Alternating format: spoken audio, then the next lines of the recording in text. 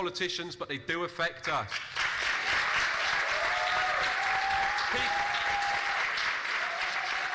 People are fighting back in this city. The librarians were on strike today, and I was down on the picket lines. Junior doctors on strike earlier in this week. We've had huge demonstrations against austerity, a lot of young people being involved. But I think what they need is a voice on the council that's actually going to stand up and fight for the things that we need.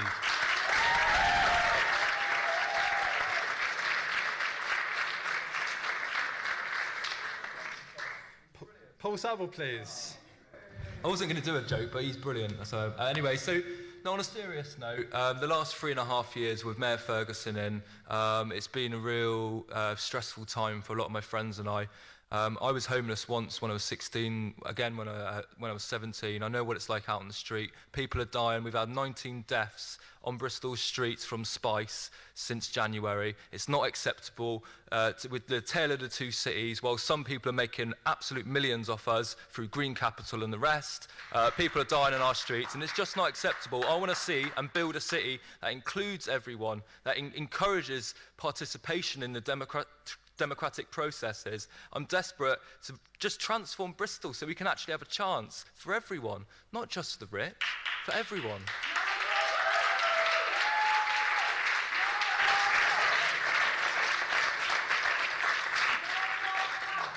Christine Townsend, please. I'm not asking anyone to vote for me. What I'm saying to people is, can you vote for the mayor that you think is going to put the 1 in 4 children in this city that are growing up in poverty at the top of their list?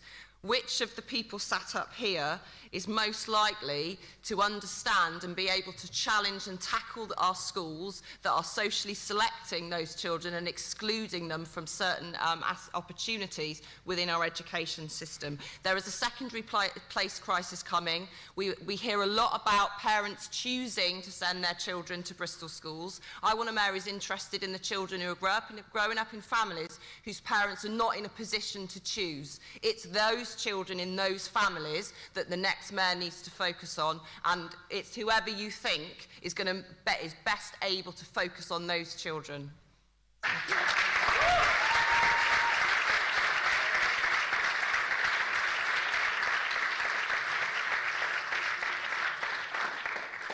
Thank you, Christine. Paul Turner.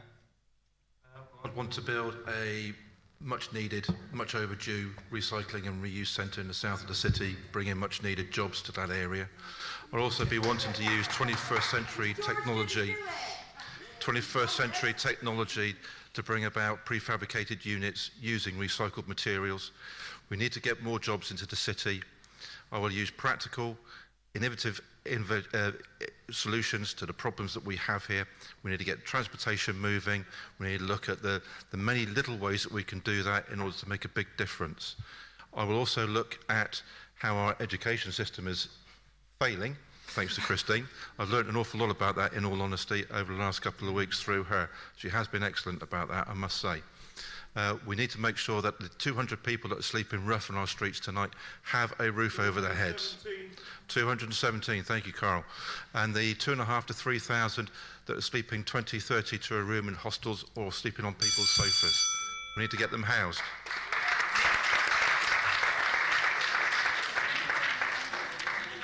Thank you, Paul. So it would have been John Langley next, but unfortunately he had to go home feeling well at half-time. So it's Kay Barnard, please. Thank you. Bristol's a great, thriving city, isn't it? It's really prosperous. It's also incredibly friendly. But we all know the problems. Transport gridlock, expensive and scarce housing, and huge inequalities of health and wealth. And solving these problems is not going to be easy. The mayor has to be someone with the style and the stamina to get things done, but not by imposing solutions, but by getting people working together. I have that experience and those skills. And in addition, I will promote a second referendum as to whether Bristolians still want to carry on with the role of an elected mayor. After all, it is our city, it's our community, and it's our Bristol.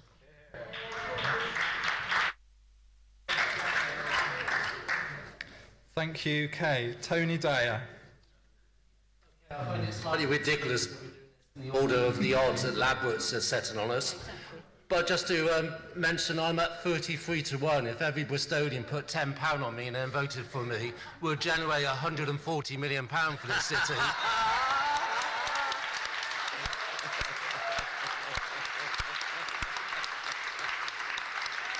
But frankly, I don't think Labworts should decide who's going to run this city. I think Bristolians should decide who's going to run this city. And then what we're going to do is basically elect somebody who's willing to deliver the housing that we need, the transport that all of us can rely on, the education and skills that we need for our children and for those of us who are finding it difficult to find work, and also the energy that can keep our homes warm and our lights on without destroying the only planet we've got. That's why you should vote for me.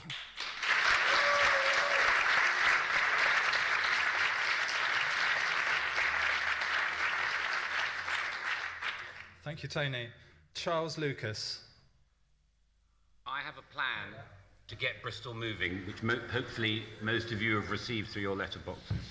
If you want freer flowing traffic, if you want a better and more economic public transport system, if you want proper investment in our railways and our railway stations, you need to select me to be your next mayor.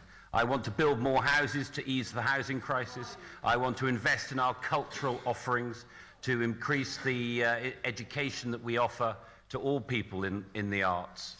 And I also want to focus on the devolution deal that's been offered by central government, because if we worked as a council to secure that deal, that will give us the £1 billion worth of investment in the upcoming years that will allow us to improve all our infrastructure. And that is a very, very important part of the city's future. Thank you. Marvin Rees. So it's up to you to decide on who you think has the understanding and the right aims for Bristol. My priorities are around making sure we continue as a city of aspiration, but to make sure everyone has the opportunity to share in that aspiration. As I said, it's both a moral and a strategic problem if we do not do that as a matter of priority. It's not a project on the side or a nice thing we say, it's what we put at the heart of our strategy. I think those priorities are built on homes, transport, health, education. We all talk about those, but the way we do those matter. I'd also just suggest that I think actually we need a bit of a changing of the guard. We need to mature in our understanding of decision-making in Bristol. Beyond political parties, there are people in the city that run from positions of invisibility. We are in danger of the city's leadership losing connection with a city that's increasingly diverse and dynamic because it's old school. We need a changing of the guard in Bristol, and I think people like me and some other people on the panel offer that. Don't take old wine in new wineskins.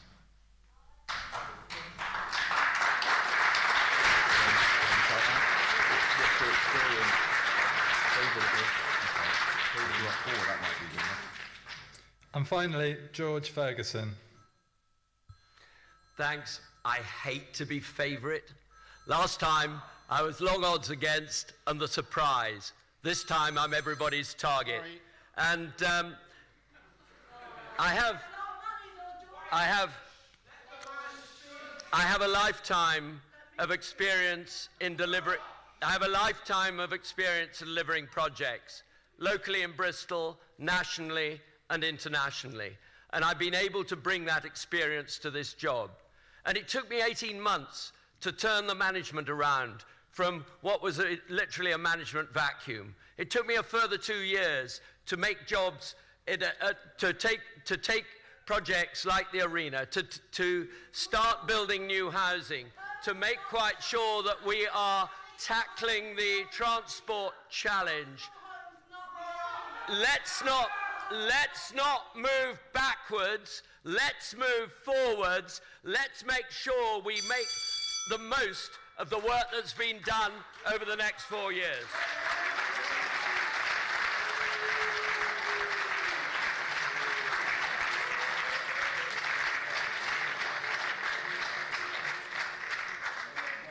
Thank you, George Ferguson.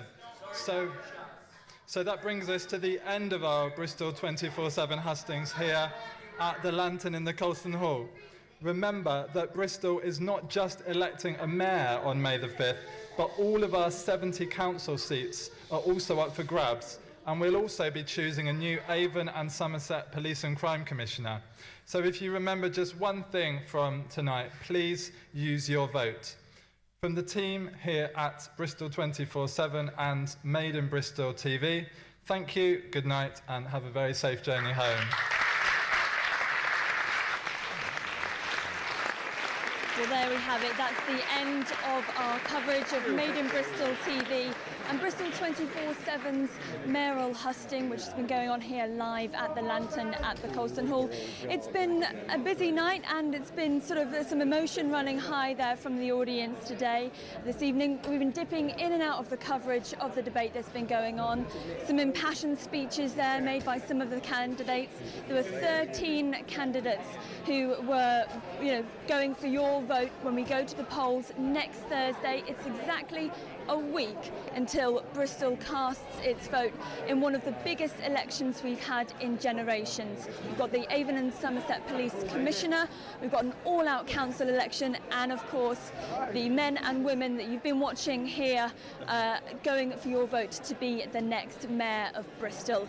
And it's been an engaging debate. There's been lots of audience interactions, some comments thrown towards the candidates, and some things shouted out towards them as well. It's been a busy night on social media. You've been letting us know what you think of the coverage that we've been bringing of the debate, and some really key issues have been discussed this evening. We've talked about arts, we've talked about diversity, we've talked about St Paul's Carnival coming back on the agenda. Then we've talked about education, homelessness and transport. Some of the key issues our candidates have gone head-to-head on, discussing those in the bid to win your vote, as I said, when we go to the polls next week. We hope you've enjoyed the coverage of the Made in Bristol TV and Bristol 24/7 Mayoral hustings here live from the Lantern at Colston Hall. Thank you very much for watching, and that's about it here from us here from Made in Bristol TV. Good night.